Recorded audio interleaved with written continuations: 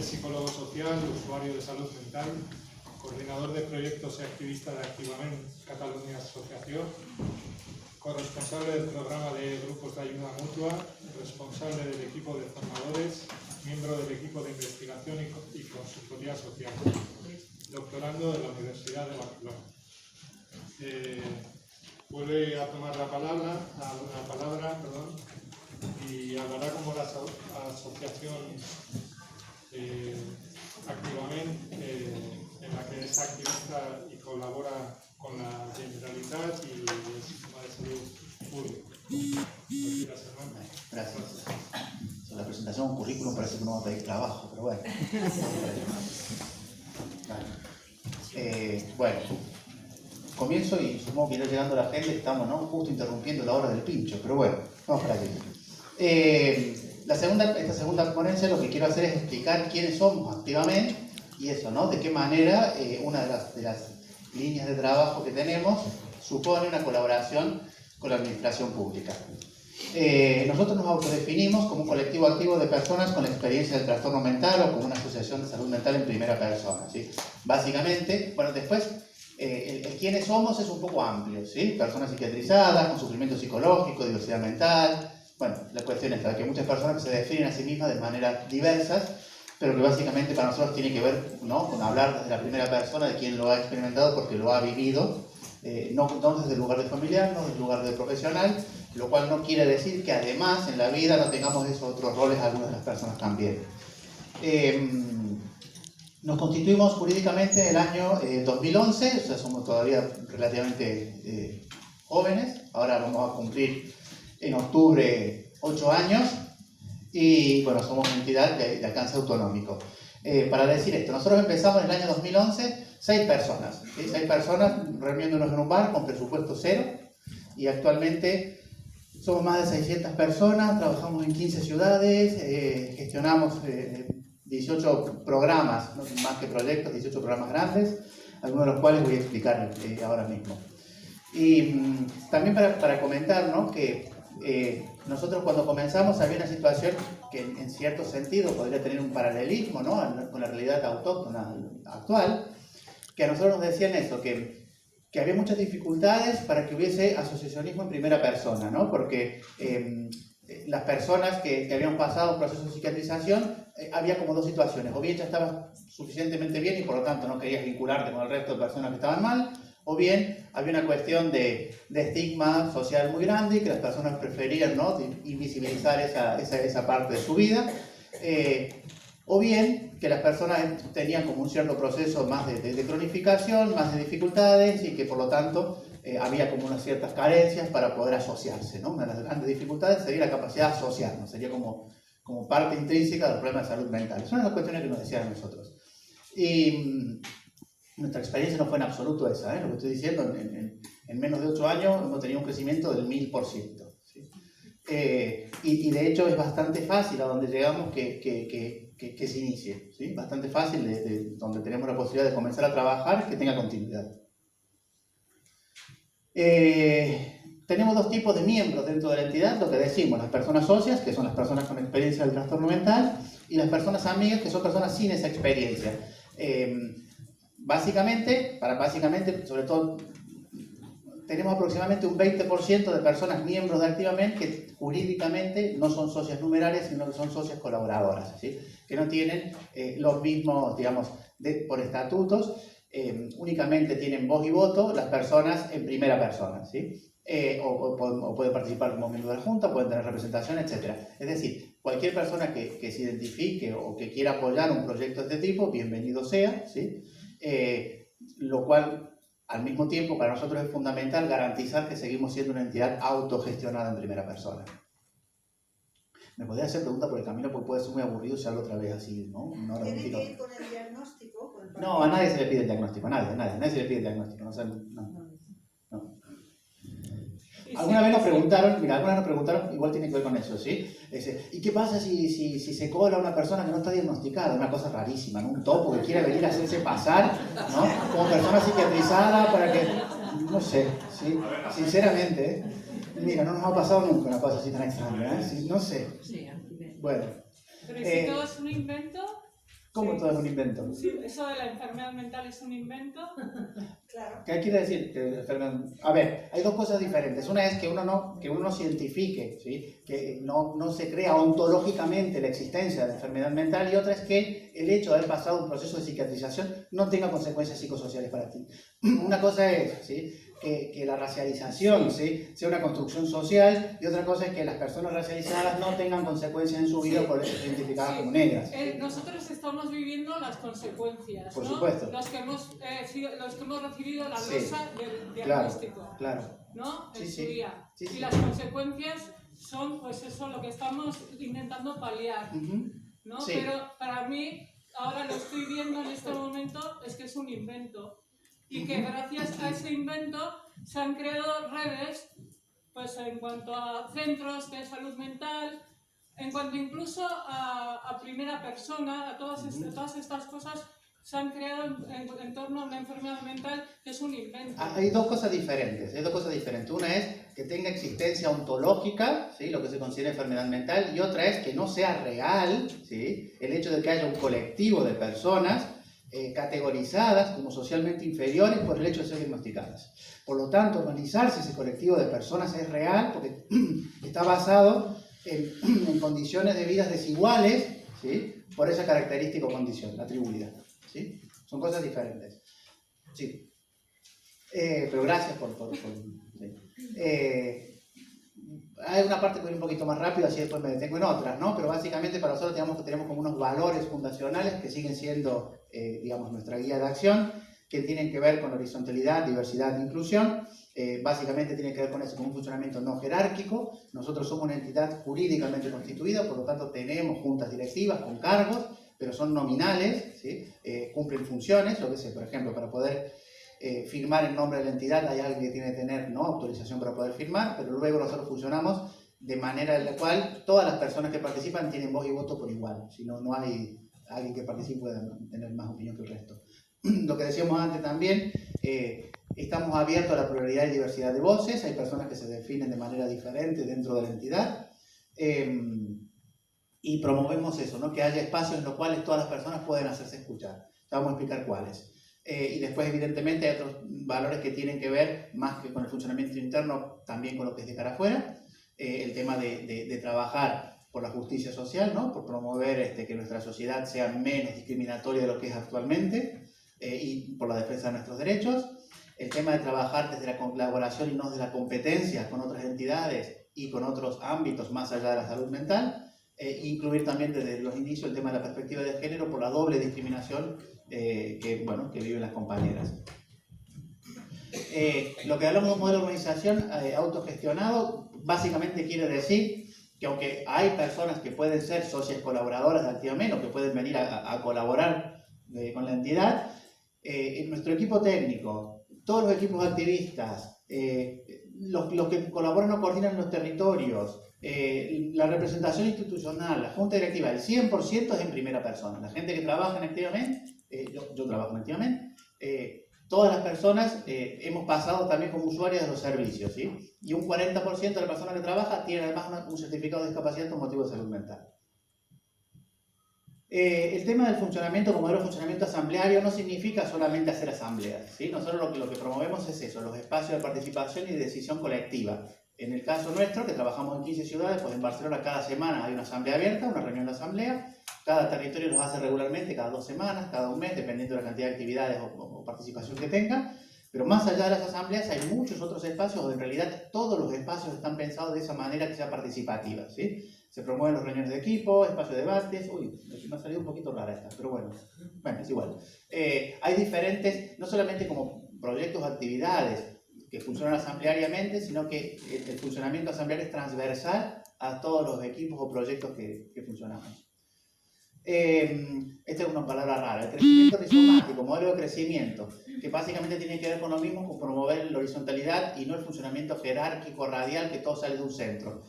Para entender básicamente el crecimiento rizomático como crecen las patatas, así que no necesitan como un árbol que todo sale del mismo tronco, todas las ramas del mismo tronco, sino que básicamente la idea es que de cada nuevo grupo o territorio que está funcionando, pues puedan hacer otras iniciativas locales impulsadas por ese grupo territorio, que no tienen que nacer desde Barcelona o desde un núcleo inicial, ¿sí? Es la manera como la que hemos podido llegar a trabajar, como estamos actualmente, en 15 ciudades de Cataluña. Nos gustaría ocupar todo el territorio, pero de momento estamos en esas provincias. No son provincias, en esas, ¿cómo se llaman? Comarcas. Comarcas, eso mismo, comarcas. Y estamos organizados también jurídicamente por delegaciones territoriales que tienen, digamos, su funcionamiento relativamente autónomo a nivel de tesorería, a nivel de proyectos, etcétera, ¿no? Que ahora mismo hay estas 7 delegaciones territoriales, además de Barcelona, y estamos trabajando para intentar empezar nuevas delegaciones territoriales en el Baix Llobregat, por ejemplo. Las líneas estratégicas, ¿sí? Básicamente hay 4 líneas estratégicas para poder funcionar. Hemos puesto intencionalmente de color gris porque es el trabajo gris, la gestión asociativa, que es lo que posibilita, ¿no?, el resto, que tiene que ver, bueno, vamos a ir viendo, ¿no?, pero básicamente tiene que ver con hacer sostenibles, ¿no?, que se pueda mantener el resto de actividades, ¿no? Y las líneas de apoyo mutuo, empoderamiento y cambio social, ahora las explicamos, ¿sí? La gestión asociativa, eso, ¿no? Tesorería y finanzas, archivo y base de datos, comunicación en redes sociales, acogida de atención al socio, las tareas que no se ven, pero que hacen, ¿no?, que son fundamentales y estructurales para que el resto pueda funcionar. Es interesante decir esto, ¿no?, que la inmensa mayoría igual no lo estoy diciendo ahora, ¿no?, pero nosotros trabajamos en 15 ciudades, llevamos 18 programas, no sé la cantidad de actividades, y tenemos, ¿sí?, 5 personas que estamos trabajando, pero si sumamos las jornadas, en realidad son 3 jornadas completas, ¿sí? Como 3 jornadas completas se hace todo esto. ¿Por qué? Porque hay 70 y pico largo, casi 80 personas asumiendo responsabilidades, tareas estructurales de manera voluntaria, ¿sí? Nosotros no consideramos voluntarios porque no vienen de fuera, sino que lo consideramos activismo. Son las propias personas, miembros de la entidad, en primera persona, que asumen estas responsabilidades. Por ejemplo, el tema de la tesorería y finanzas está llevado 100% de manera voluntaria. O la comunicación y las redes sociales. Sí. Yo quería comentar que a mí me encanta el trabajo que estáis haciendo, conecto mucho con lo que decís y todo esto, me parece, vamos, que si pudierais venir con más frecuencia o se pudiera Encantado, si me quedar invitan. aquí, vamos, Sí. yo creo que nos podría interesar mucho porque estáis avanzando un montón, entonces eso ayuda mucho y es lo que necesitamos. Gracias. Encantado de la vida. Si nos convidan, nosotros vamos. Precisamente, ya lo vamos a decir, pero con recursos pequeños hacemos muchísimo porque tiramos bastante, ¿no?, del activismo, ¿no?, de hacerlo porque nos implica a nosotros, nos interpela personalmente, no es que estamos viviendo de esto, ¿sí? Pero si nos invitan a trabajar fuera, también vamos. Encantado. Qué buena noticia. Gracias. Estructural también, ¿no? Acá sería como una de las líneas de acción, que es el fundamento de todo lo demás para nosotros, es el apoyo mutuo, ¿sí? Eso es el fundamento de todo lo demás. Hablamos de 3 líneas estratégicas, pero más que en paralelo, ¿sí?, son a veces como escalones necesarios para muchas personas. No para todas, pero para muchas personas es fundamental hacer estos pasos sucesivos. Los espacios de apoyo mutuo no he traducido fer-nos costat porque me encanta la expresión catalana de fer-se costat, ¿sí? Lo traducimos como apoyarse, pero quiere decir hacerse costados, ¿no? La expresión es preciosa. Y bueno, tiene que ver con eso, cómo de manera colectiva podemos hacer frente o superar diferentes dificultades que tienen que ver con, o bien, problemas de salud mental o con el hecho de haber sido diagnosticadas y por lo tanto tener un montón de consecuencias psicosociales, ¿sí? Los grupos de ayuda mutua, lo ha explicado fantásticamente bien la Marta ahora mismo, ¿sí? Esos espacios de escucha y comprensión en los que de manera regular compartes con una cantidad pequeña de personas diferentes situaciones que, sí. Perdona, que eso lo hago yo también en el vestuario con mis compañeras cuando nos cambiamos todos los días. Puede ser, pero sí no, porque tiene unas dinámicas y unas normas, una manera de funcionar que garantiza... Pero se trata de también no estar tanto todos con la misma problemática, sino que, bueno, al final compartimos todos lo mismo, porque todos somos parte de uno. Entonces, todos tenemos más o menos lo mismo y todos entendemos todos tenemos las mismas emociones, las compartimos. Y yo en mi caso o sea, bueno, eso es lo que yo vivo en el vestuario con mis compañeros de trabajo ahí me siento también entendida. Por supuesto, ninguna duda. Espacios de apoyo mutuo hay de muchos tipos, ¿sí? Y lo fundamental es que las personas se definan como teniendo algo en común, una dificultad o necesidad común para hacer frente colectivamente. Puede ser la que sea, como compañeros de trabajo, tranquilamente se puede uno hacer grupos de apoyo mutuo que no tengan que ver con la salud mental, sino con el simple hecho de trabajar colectivamente en situaciones que pueden ser difíciles. Perfectamente podría ser también, claro que sí. Además de los grupos de ayuda mutua, ¿sí? lo que decíamos antes, para participar de un grupo de ayuda mutua, como nosotros entendemos los grupos de ayuda mutua, hace falta encontrarse suficientemente bien para poder salir de casa o no estar ingresado, para poder reunirte 1 hora y media, 2 horas con personas, para poder seguir una conversación, ¿sí? Cuestiones que parecen como una obviedad, ¿sí? Salir a la calle, ¿no? Coger el transporte público, parece una obviedad, pero no siempre te encuentras suficientemente bien para poder hacerlo, ¿sí?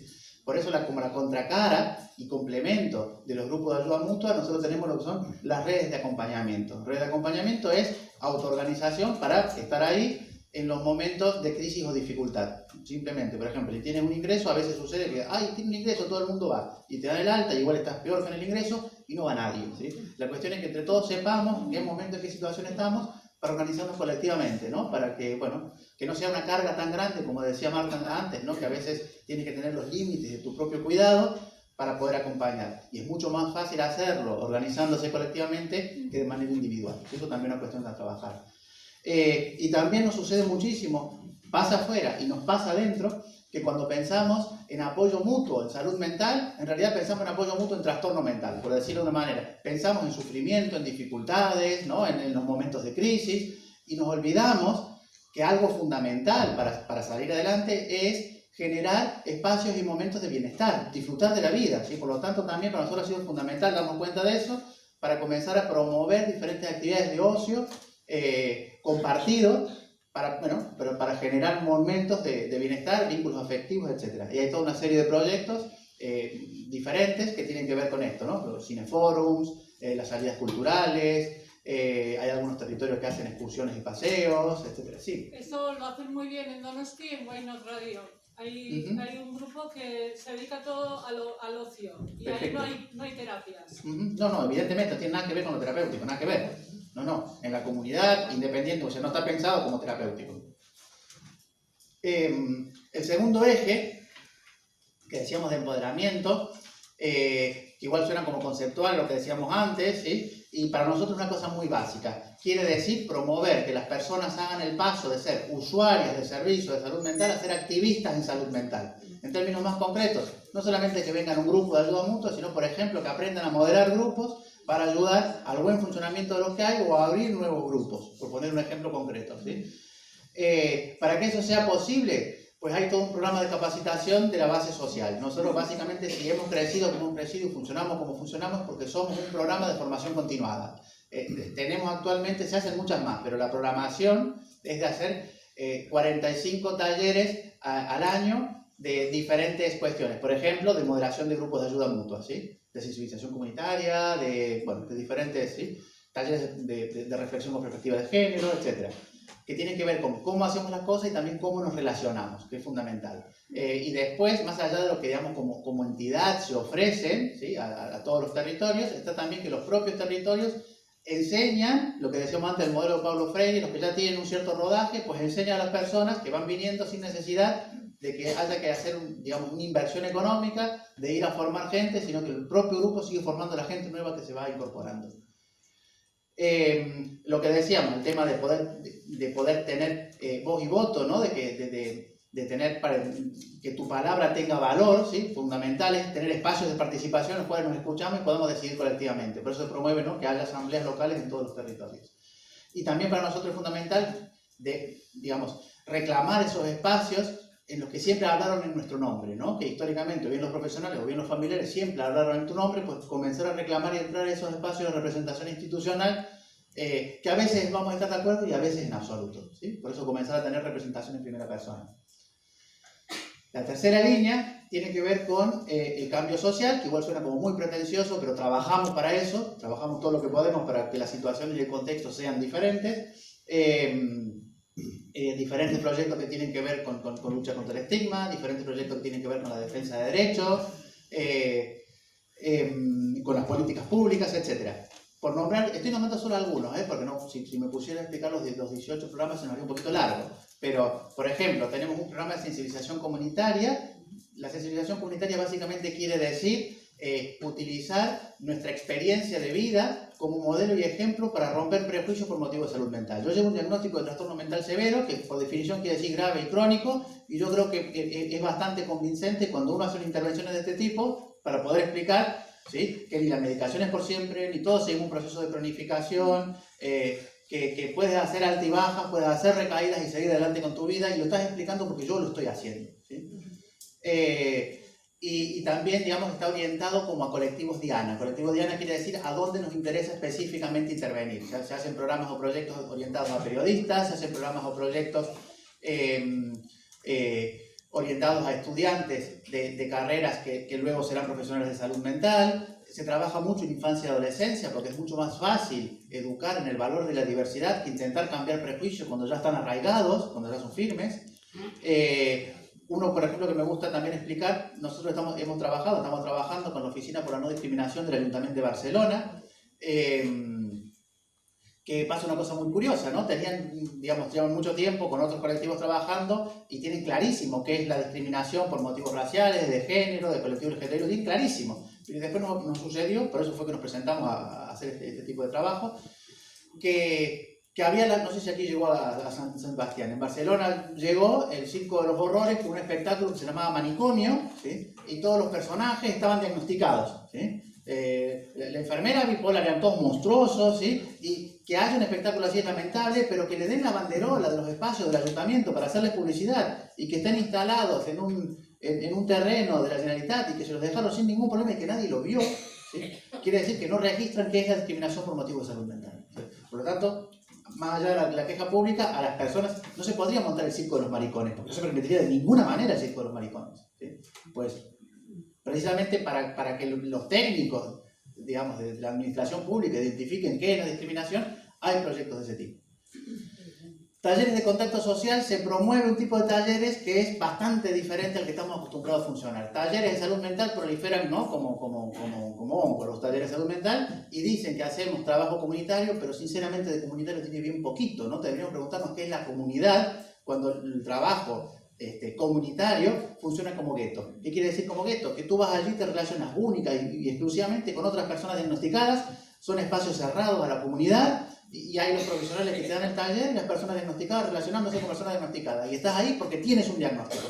Ese modelo, ¿no?, esa manera de trabajar puede tener algunos beneficios, pero digamos en el proceso de recuperación el techo es bien bajito y suele tener un efecto muy grande en la identificación con el diagnóstico y el rol del enfermo. El modelo de talleres de contacto social es viejísimo, no es algo nuevo, de la década del 50 también, y tiene que ver con promover actividades en las cuales participan personas con y sin una condición discriminada, por ejemplo, un diagnóstico de salud mental. Las personas que participan allí no están previamente categorizadas y además se realizan en espacio de la comunidad de verdad, traducido, ¿sí? Se hace, por ejemplo, en nuestros casos, en centros cívicos, casas de barrio, ateneos populares, se dividen las plazas, la mitad para el barrio, la mitad para la entidad, a nadie se le pregunta de dónde se apuntó, si se apuntó del barrio o de la entidad. Las actividades que se hacen son colaborativas, cooperativas, es decir, el producto final, el resultado final depende de la participación de todas. Y además son actividades que tienen que ver con la salud, el crecimiento personal, la expresión, la creatividad, no con la patología. Por lo tanto, no se definen en absoluto como terapéuticas. Ejemplos concretos, un taller de teatro, un taller de cocina que cada día se prepara un primero, un segundo y un tercero colectivamente, que los grupos que preparan cada plato cambian cada día y al final del día comen todos juntos, por ejemplo, y eso realizándose en la comunidad. Tiene mucho que ver con la inclusión social, con la ruptura de prejuicios, etc. La producción de conocimiento situado, que es un término que robamos al feminismo y que quiere decir precisamente comenzar a considerarte sujeto de conocimiento y comenzar a sistematizar la experiencia, ¿no?, el saber que tienes porque lo has vivido y dejar de ser un objeto de intervención. Es una cuestión fundamental para nosotros. No solamente, digamos, hacemos cosas, sino que sistematizamos la experiencia de lo que hacemos para poder compartirles, para que los que vengan después puedan aprender de lo que ya llevamos más tiempo. Y tenemos todo un programa de formación a profesionales, ahora lo voy a explicar después. Hay más cosas, ¿eh? Sí. Te quería decir que Sí. hablas muy rápido. Ay, lo siento. Para tener un diagnóstico. Antes del diagnóstico hablaba igual de rápido. Sí. En la época que estaba muy medicado igual no. Yo te sigo, ¿eh? Vale. Vale. Sí. Yo creo que la mayoría de los que hacemos activismo y llevamos tiempo hablando en público, hablamos rápido porque tenemos tanto a decir que se nos hace siempre corto el tiempo. Por lo que no dijimos, yo pienso a veces. Por todo lo que no dijimos antes, ¿no? Y ahora pienso, estoy recuperando el tiempo perdido, que me enseñé en mi taller. Sí. A veces nos preguntan que cómo funcionamos. Nosotros empezamos con presupuesto cero. 6 personas reuniéndose en un bar con presupuesto cero, ¿sí? Y durante mucho tiempo funcionamos única y exclusivamente con cuotas voluntarias de las personas socias, ¿sí? Desde que decidimos salir de Barcelona y comenzar a llegar a otras ciudades del territorio, pues eso ya tiene un costo y empezamos a diversificar la fuente de financiamiento. Pero más o menos, igual cambia, porque esto es del año anterior, pero igual cambia cuando lo hagamos nuevo, pero más o menos la proporción es 54% de recursos propios. Propios incluye cuotas de la base social, y donativos, etc. Y también la venta de productos y servicios, que básicamente nosotros ahora mismo tenemos como una parte grande de consultoría social, que vendemos productos y servicios fuera, que vamos a explicar algunos de ellos, que eso también nos facilita poder funcionar. Una parte que es de fondos privados, ¿sí? Que son de otras fundaciones, de otras entidades que pueden colaborarte con ayudas. Por ejemplo, la campaña Obertament, hay en Cataluña una campaña de lucha contra la discriminación por motivos de salud mental, que está atrás de la Generalitat de Cataluña y demás, pero lo gestiona una entidad privada y que subvenciona proyectos locales de lucha contra la discriminación. Nosotros nos presentamos cada año y una parte de lo que hacemos nos lo subvencionan a través de Obertament.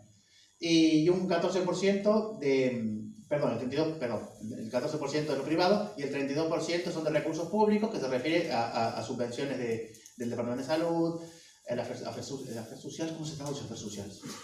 Asuntos sociales, sí. Vale. La Diputación de Barcelona, ayuntamientos locales, etc. Para poner el tema de la colaboración, ¿no? Porque estaba el tema de la colaboración institucional, la colaboración con los servicios, con la administración pública y demás, nosotros no es algo que nos ha venido por el camino, sino que es fundacional. Esto es un trozo que es estatutos, ¿sí? El artículo 2 de los estatutos, donde están los objetivos, las finalidades de la entidad, y yo creía que teníamos uno de esos que se refería, ¿no?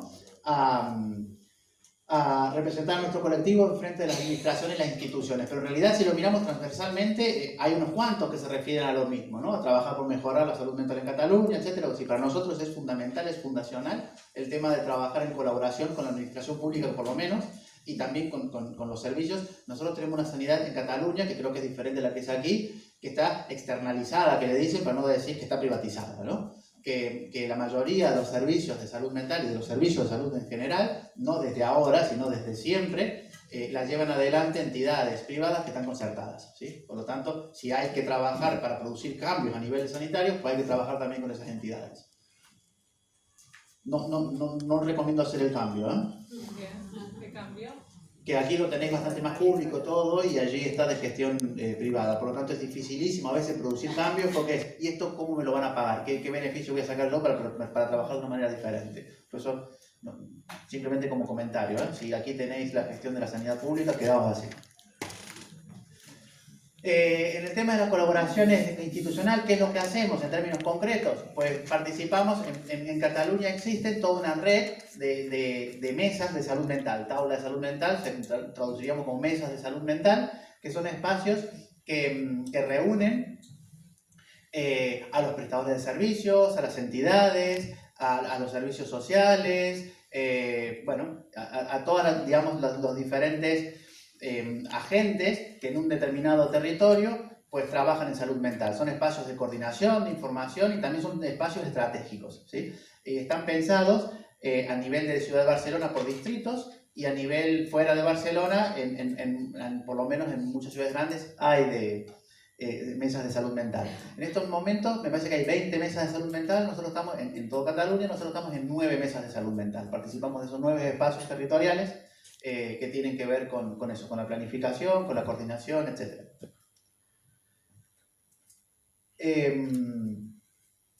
Y para comentarlo también, ¿sí? Antes no había nadie en esos espacios en primera persona. Históricamente, hasta hace nada, no teníamos representación en ninguno de esos sitios, ¿sí? que no siempre es agradable estar en esos sitios, pero nosotros entendemos que hay que estar, porque si la política no la haces, te la hacen, y generalmente contra ti. Oye, ¿qué energía hay en esos sitios? ¿Hay buena energía?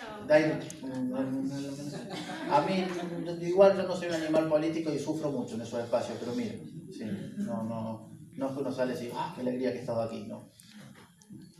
Lanzado sales, ¿no? Yo qué sé, depende del día, pero no sé.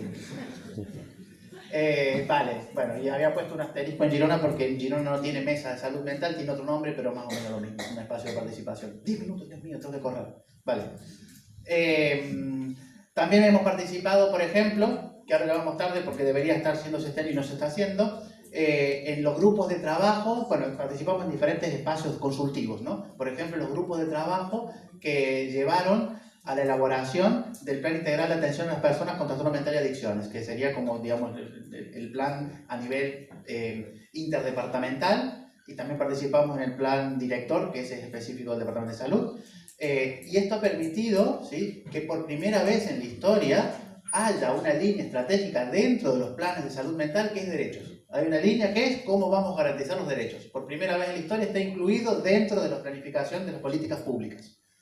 Y estamos en diferentes otros espacios que igual son más pequeños, pero que también es importante estar porque eso, ¿no? Como está externalizado, hay empresas que gestionan territorios completos, ¿sí? Por ejemplo, estamos en el Consejo Asesor de Salud Mental y Adicciones de Benito Meni, que gestiona todo un territorio grande del Valle de Llobregat.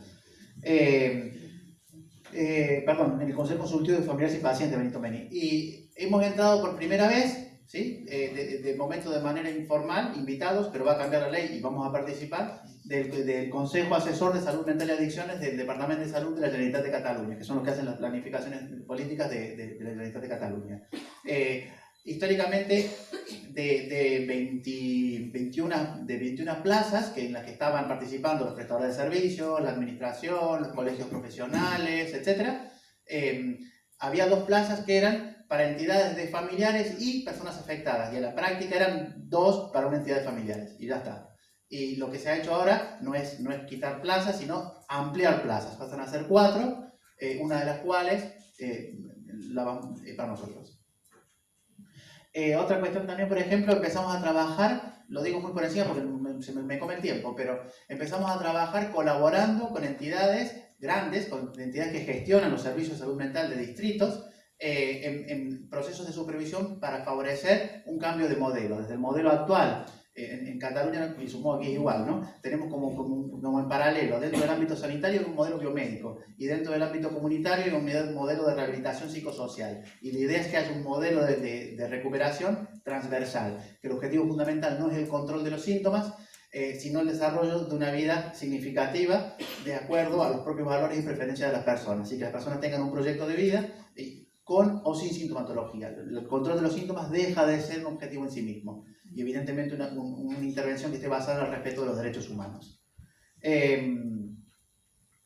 Tema de sistematización de la experiencia de GAM. No solamente hacemos GAM, desde activamente tenemos 20 GAMs en el territorio, llevamos muchos años haciendo grupos de ayuda mutua, y desde el comienzo, además de hacer grupos de ayuda mutua, nos reunimos personas moderadoras de grupos, vamos recopilando la experiencia, vamos sistematizando, vamos produciendo materiales, guías o material didáctico, y vamos formando la nueva gente que viene, etc. Y eso va creciendo, ¿no?, en la recopilación de la experiencia. Estos materiales, por ejemplo, lo que se hizo a través de un proyecto que es la Activa por la Salud Mental, con contratados, ¿no?, por Salud Mental Cataluña, para la Generalitat se produjeron una guía para cómo hacer grupos de ayuda mutua, material didáctico, cápsulas formativas, una herramienta para que los grupos puedan hacer una valoración de cómo está haciendo su funcionamiento, identificando qué cosas no acaban de funcionar, por ejemplo, yo que sé, la corresponsabilización, ¿no?, identificar qué cosas no acaban de funcionar. Esto es trabajo que se vendió. También se hicieron formaciones a personas moderadoras que no eran nuestras, sino que en otros territorios donde no había habido antes GAM. Se ha hecho un proyecto piloto para evaluarlos, etc. Desde la Generalitat de Cataluña se está apostando muy fuerte por los grupos de ayuda mutua, porque es una obviedad, ¿sí?, que es una herramienta, además de ser baratísima para los efectos que tiene, beneficiosos, bueno, que también ayuda, ¿no?, no solamente por los grupos de ayuda mutua, sino que ayuda a que haya activismo y otras maneras de poder colaborar donde antes no había nada. Por un ejemplo muy cortito, en un territorio, Garraf Penedès, donde nosotros estábamos, cuando empezamos allí no había nada, solamente había servicios, entidades de familiares que en realidad gestionan servicios, por lo tanto son bastante mezclados, y las personas, bueno, con un proceso de cronificación bastante grande. Y actualmente están trabajando en 3 ciudades del Garraf Penedès, son más de 80 personas, tienen 2 grupos de ayuda mutua y está todo autogestionado. Personas que en su momento estaban como muy vinculadas al servicio, pues ya no están tanto. Producción, esto ya va a estar pronto, tanto los materiales de GAM como los materiales de recuperación, que esperemos que pronto ya estén traducidos al castellano. Básicamente tienen que ver, no sé si alguien ha oído hablar de los mapas locos o de herramientas que tienen que ver con que las personas podamos elaborar nuestros propios planes personalizados de recuperación y autogestión del bienestar. Que no quiere decir que te lo hagas por tu cuenta, sino que comiences a ser agente en tu proceso de recuperación y que se tengan en cuenta los recursos que tienes más allá de la atención profesional. No es sin la atención profesional, pero es no solamente centrado en la atención profesional, sino en los recursos que tienes en ti mismo, recursos de tu entorno próximo, recursos de apoyo mutuo, recursos de la comunidad de verdad, no de los servicios comunitarios, etc. Tiene que ver con la elaboración, por ejemplo, de un plan de crisis, que son las voluntades anticipadas, etc. Vale, ahí está mal puesto lo que he escrito, pero bueno. ¿Qué? Dentro de las voluntades anticipadas, que viene a ser en otros términos como que no quiero que me intuben, no quiero que no sé qué, también tiene que ver que no quiero que me sujeten, que lo de las contenciones mecánicas podría ser. Sí. También. Es un tema bastante complejo, porque la idea para que funcionen, sería para meternos a explicar un poco más, porque tienes documento de voluntades anticipadas que lo haces por tu cuenta, no necesitas a nadie más. Lo hace ante notario, un documento que tiene validez jurídica, pero en la práctica es papel mojado. Eso que dice lo puedes poner y no te lo va a cumplir nadie. Y luego vas a tener que ir por la vía judicial y todo lo que supone, ¿sí? Si es que cuela. Eso es una parte. Luego están las decisiones anticipadas compartidas, que es que lo elabores conjuntamente con tu entorno próximo, con personas referentes que tú puedas escoger y también con tu equipo profesional. Eso está elaborado conjuntamente y es bastante más plausible que te lo cumplan. Y la idea es que te comience a estar incorporado en la historia clínica. Pero son cosas así. La salto, este es el proceso de cómo se construyeron esos materiales. La salto, sí. Perdona, Sí. Yo soy del derecho a morir dignamente, pertenezco a esa asociación. Sí. Y lo que has dicho antes de las voluntades anticipadas compartidas es muy buena idea. Y eso es por donde ella tendría que decir para no dilatar o no dar. Claro, depende mucho de las situaciones.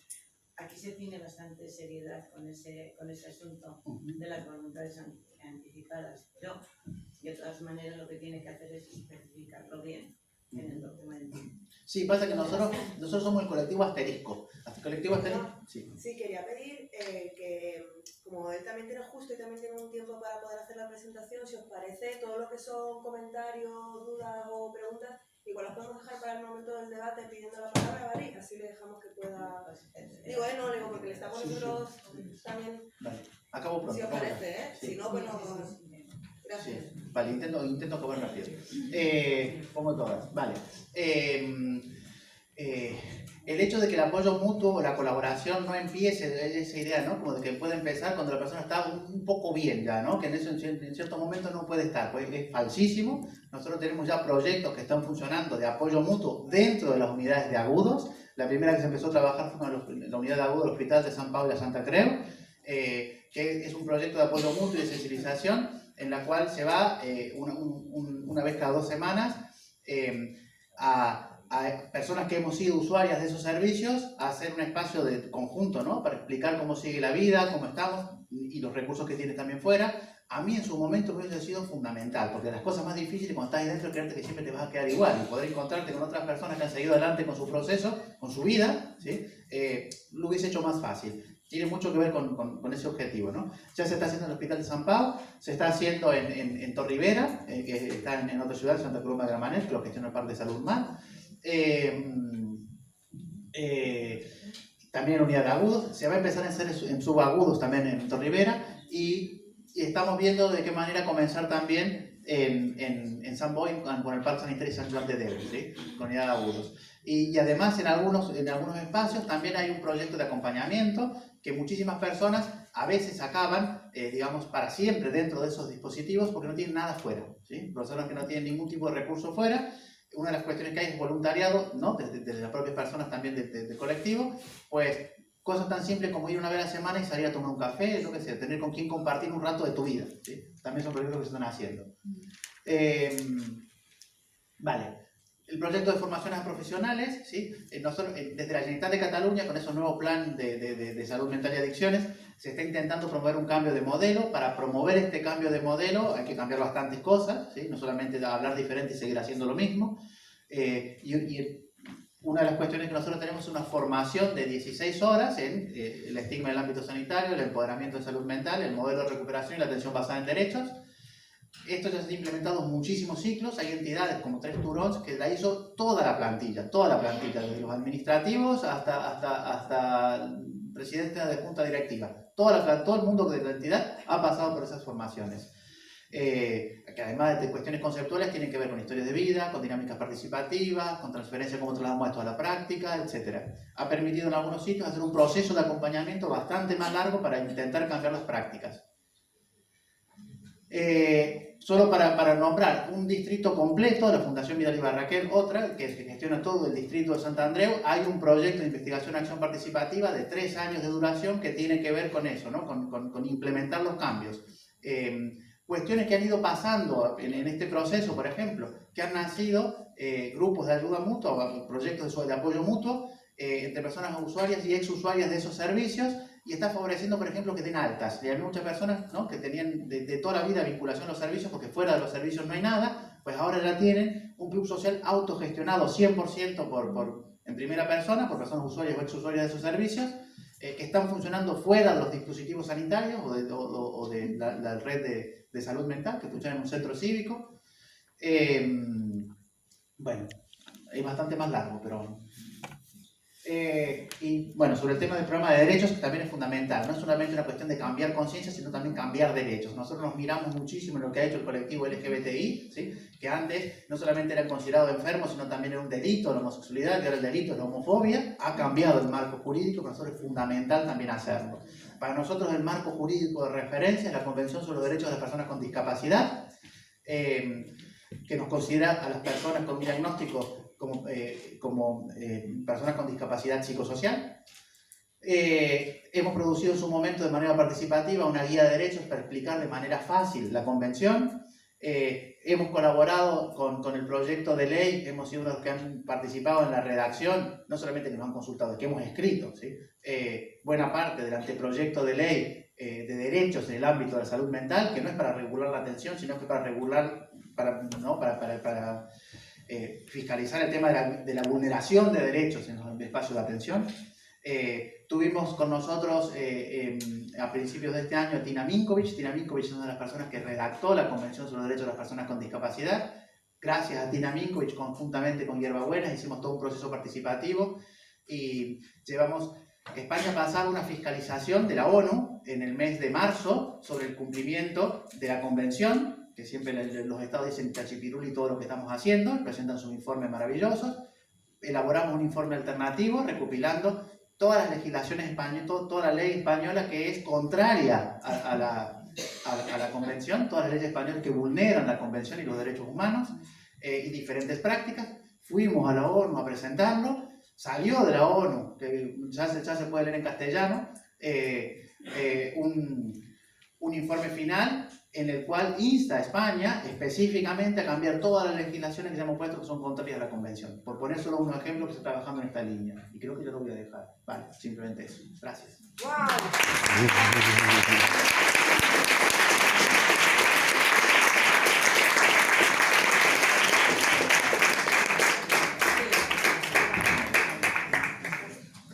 Vale, ahora sí, abrimos si queréis el turno de palabra.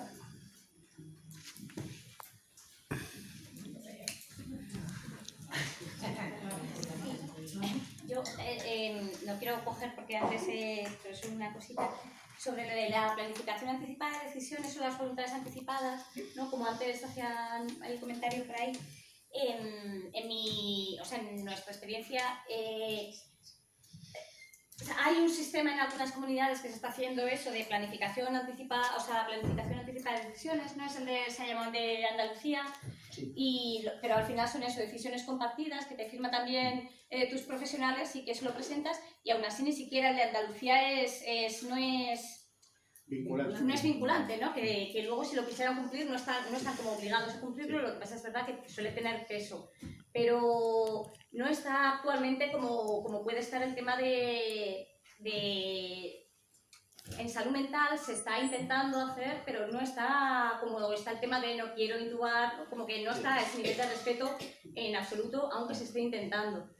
Así lo especifiques, aunque lo especifiques mucho, o justo esta medicación no la querría, o desde luego no me atéis. Pero David, tú tienes tu parte de responsabilidad, ¿no? O sea, tú también tienes que cooperar para que eso no suceda, ¿no?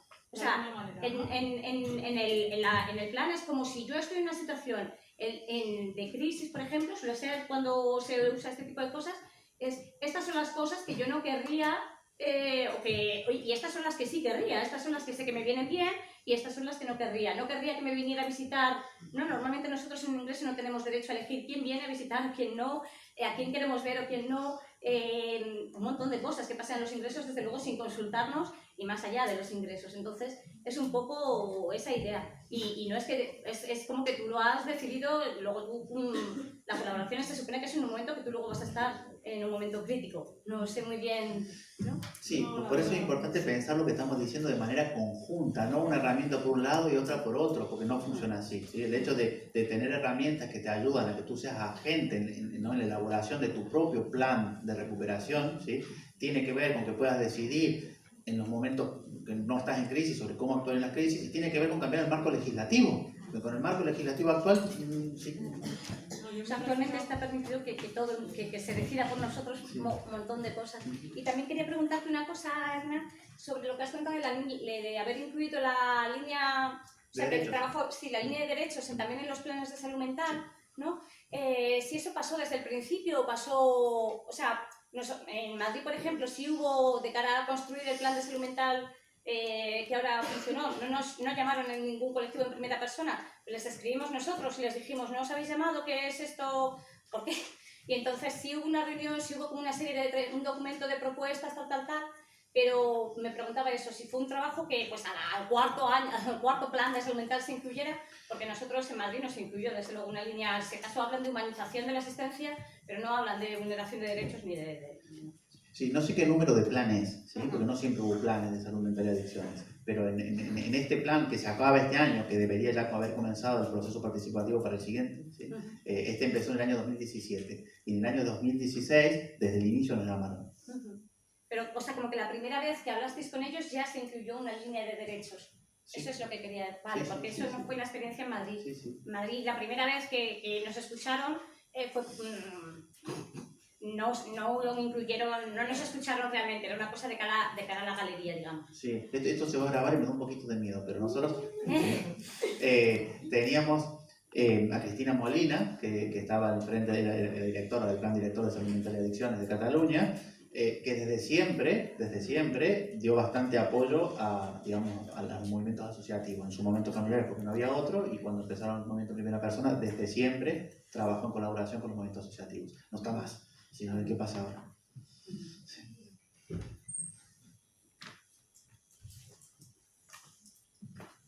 ¿Alguna palabra más? ¿Habéis ideado todo esto siguiendo algún modelo francés, europeo, o todo lo habéis creado vosotros? Sí, no, o sea, no hay un modelo francés ni europeo, no existe eso, ¿no? Pero nosotros no inventamos los grupos de ayuda mutua. Los grupos de ayuda mutua están desde bueno, sí, el modelo. Nosotros hemos mirado cosas de otros sitios, por supuesto. Por ejemplo, todo lo que es grupos de ayuda mutua, la primera referencia cuando empezamos fue Alcohólicos Anónimos, para nosotros, ¿sí? Que no tienen, después son diferentes, ¿no? Porque nos llegamos, decimos, hola, soy esquizofrénico, en cambio dicen, hola, soy alcohólico, eso no es diferente. Sí. En tema de sensibilización comunitaria, pues te miras mucho, ¿no? En colectivos LGBTI, por ejemplo. En tema de empoderamiento, en feminismo, ha ido mirando cosas de un sitio y de otro. En tema de los mapas locos, pues existe el Wellness Recovery Action Plan, que es británico, y Personal Assistance in Community Existence, y otros tipos de herramientas, ¿no? Que son con fines similares, pero de una realidad bastante diferente a la nuestra, ¿sí? ¿Qué más? No sé, de cosas, no sé, ¿qué más hemos dicho? En tema de derechos, pues la convención no la inventamos nosotros, la convención existía, simplemente que no trabajar para que se aplique y nos han explicado cómo se podía hacer para hacer fuerza política para que se incluyan las denuncias que tú haces, ¿sí? ¿Lo de contacto social? ¿Los talleres de contacto social? Los talleres de son viejísimos, son de toda la vida, por supuesto, claro, ¿no? Y de hecho, por poner un ejemplo, yo qué sé, Radio Nicosia es un modelo y ejemplo de contacto social. Por poner un ejemplo, no es nada. Lo que nosotros hacemos es comenzar, ¿no?, a organizarlo todo lo que tenemos por ahí dando vueltas y además, en algunos casos, es sistematizar nuestra experiencia. Comenzar a hacer un conocimiento recopilado de qué nos ha funcionado, de qué no nos ha funcionado y cómo hacerlo mejor. Eso sí. ¿En vuestras reuniones de GAM tenéis terapeutas o solamente...? No sería un GAM, sería un grupo terapéutico. Ah, vale. Si tuviera un terapeuta, claro. Sí. ¿Qué papel juegan los barrios, los vecinos? O sea, ¿tenéis pensado, o sea, ocurrido alguna cosa? Normalmente el vecindario, el inmediato de las casas, son los que yo vengo de asociaciones de vecinos. Y vemos casos que no nos gustan y tampoco sabemos cómo actuar exactamente, porque si no sabemos, quizá, no sé cómo, yo creo que el vecindario es muy importante para una persona que tiene problemas y se quiere desarrollar sola. Eso varía mucho en algunos lugares donde tenemos más arraigo y vinculación con las redes. Ahí se nota, sí.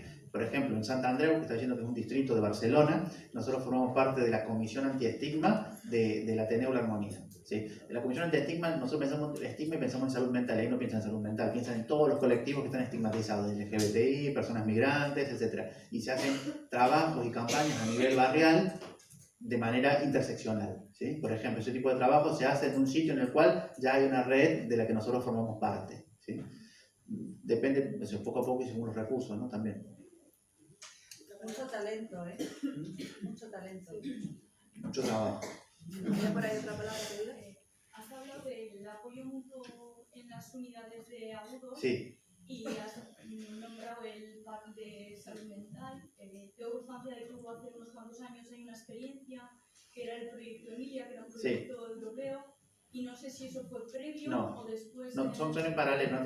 El proyecto Emilia era un proyecto de empoderamiento, la E de Emilia, que era un acrónimo, era Empowerment, ¿sí? El PAC de Salud Mar no es solamente un sitio, es un prestador de servicios, como que decimos, ¿no? Y nosotros que estamos trabajando, lo que tú te estás refiriendo, sobre todo tuvo que ver con Barcelona, ¿sí? Con el Hospital del Mar, y nosotros lo que estamos diciendo tiene que ver con el Hospital Doctor Emili no sé qué, que bueno, conocido como Torribera, que era el nombre que tenía el manicomio antes, en otra ciudad diferente que es Santa Coloma de Gramenet.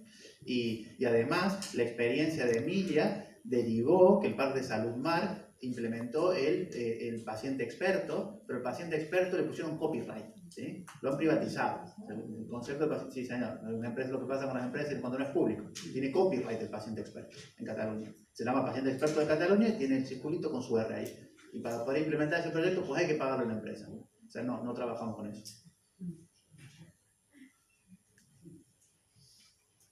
A mí me viene, por lo que has dicho también de Alcohólicos Anónimos, como referencia, que para participar en un grupo o en un proyecto de ámbito social, tiene que partir con la voluntad del individuo, del afectado, obviamente.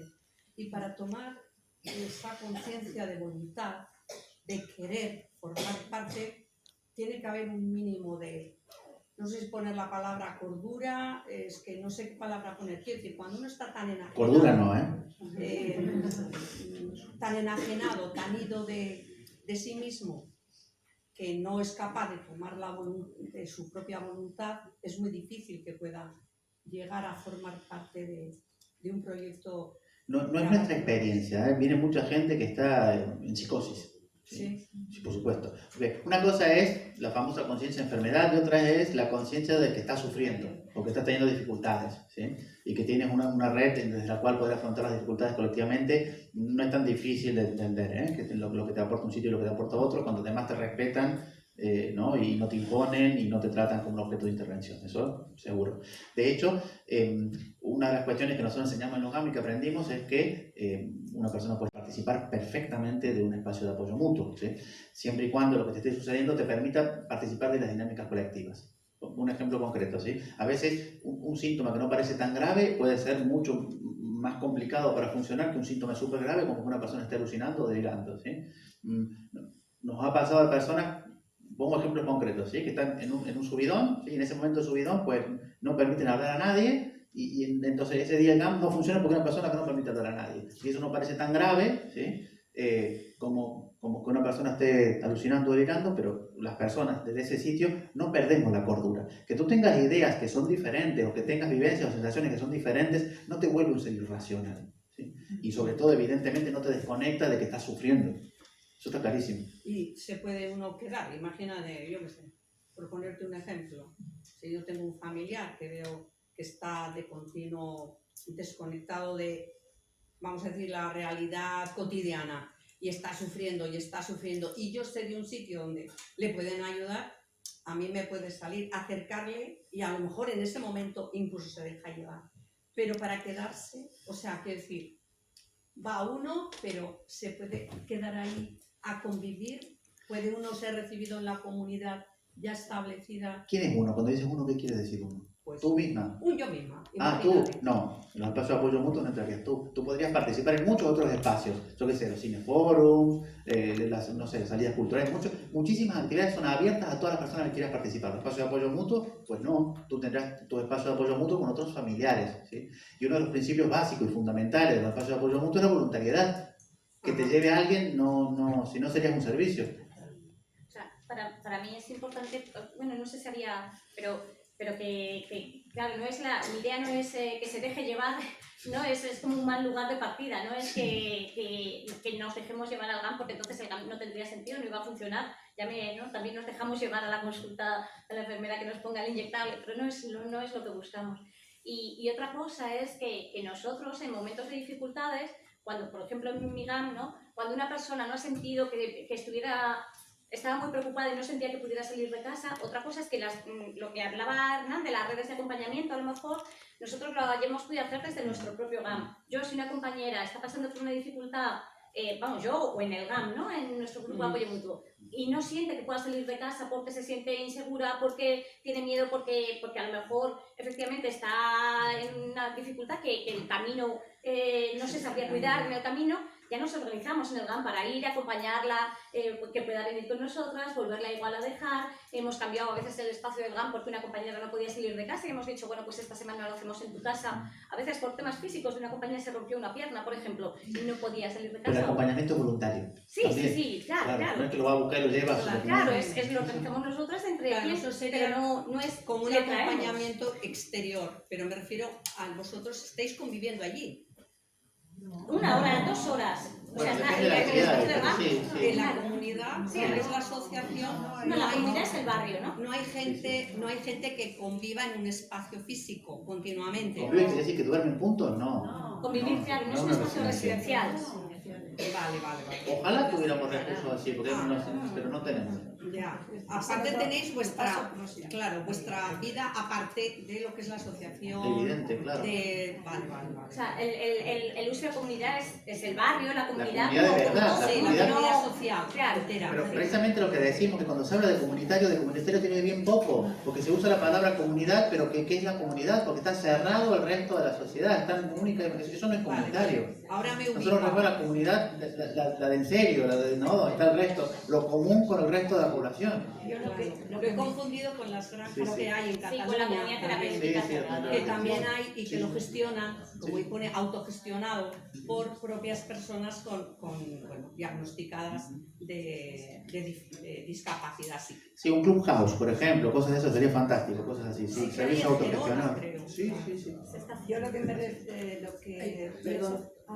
es que nos hemos pasado un poquito de la hora y tenemos que dar paso a la siguiente ponencia. Si queréis, hacemos una última intervención breve, pediría, por favor, y damos paso a la siguiente ponencia, ¿vale? No, yo lo que me refería en este caso que he llegado yo a la conclusión de lo que estáis hablando es que hay varias personas que sí que es verdad que están muy bien, porque algunas no tienen medicación, algunas no tienen medicación, están viviendo bastante bien, pero están con dificultades por la sociedad, por los familiares y por todo. Y una de las propuestas que yo tengo última es, él no quiere, o la persona en primera persona no quiere. Entonces es ir a lo que ha dicho ella, es ir donde está él, pero sin yo representar a nadie. No, es que eso es la dificultad que tenemos. ¿Cómo es en esa situación, cómo unir? Porque es que la familia está necesitada, él por otro lado. Entonces, ¿cómo unir eso para que sea el camino más correcto? No digo correcto. Nosotros hacemos muchas actividades abiertas a la comunidad, con cineforos, espacios de debate, hay muchas actividades en las que se puede participar sin necesidad que tenga que ver con un espacio vinculado a salud mental. Es una manera en que la gente puede venir, uno puede, ¿no? Podría ir, lo que sea, pero después no somos un servicio, ni estamos haciendo proselitismo, ni estamos evangelizando, ¿no? Si la gente quiere participar, pues bienvenida sea, y aquí estamos, pero no vamos a casar nueva gente, ni hacer intervenciones en el domicilio, ni romperíamos la voluntariedad, que es un fundamento básico. Claro, lo básico es respetar, ¿no? Todo de lo que hablamos es de respetar la voluntad de lo que queremos. Efectivamente, si no quiere, no es que vayamos a buscarle, a cogerle, traerle del cuello. Es igual cuando vea que hay más alternativas, empieza a apetecerle alguna. Que nos pasa, que todos, o sea, que los que estamos aquí hablando también hemos estado muy mal. A veces nos dicen, es que vosotros no estabais igual. Pues es que no nos visteis en el mismo momento, ¿no? Pero sí estábamos todos ingresados, sobremedicados, muy mal atados a una cama, sin poder meándonos encima. Claro que estábamos, lo que pasa en algún momento empezó alguien creyó que podíamos hacer otras cosas y eso también permitió además que conociéramos que había otras cosas que podían ser y que nuestra vida podía ser diferente. Yo me refería también como tú, como asociación, como que vas y estás ahí y cambiáis el sitio. Pues más o menos es una cosa. Pero porque quieres, nuestra compañera, si ellas tienen miedo y nos dice. No, gracias y siento cortar, porque creo que era un debate interesante, pero vamos a dar paso a la siguiente presentación. ¿Sí? Y gracias, Hernán, de nuevo.